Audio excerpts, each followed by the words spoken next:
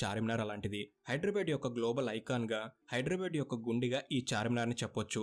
హైదరాబాద్ని పర్యటించేందుకు వచ్చే ఎవ్వరైనా సరే చార్మినార్ని చూడకుండా వెళ్లరు. ఇలా ఎంతో అద్భుతమైన ఈ నిర్మాణాన్ని కట్టి నేటికి శతాబ్దాలు గడుస్తున్నా ఇప్పటికీ తరగని ఆకర్షణతో అందరినీ ఆకట్టుకుంటుంది.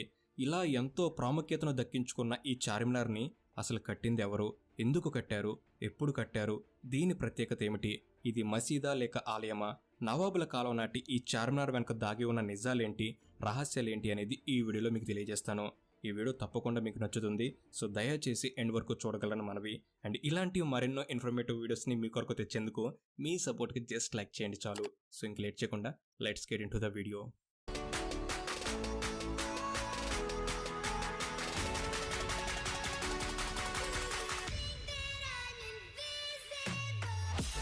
చార్మినార్ అనేది రెండు పదాల కలయిక. అవే చార్ మరియు మినార్.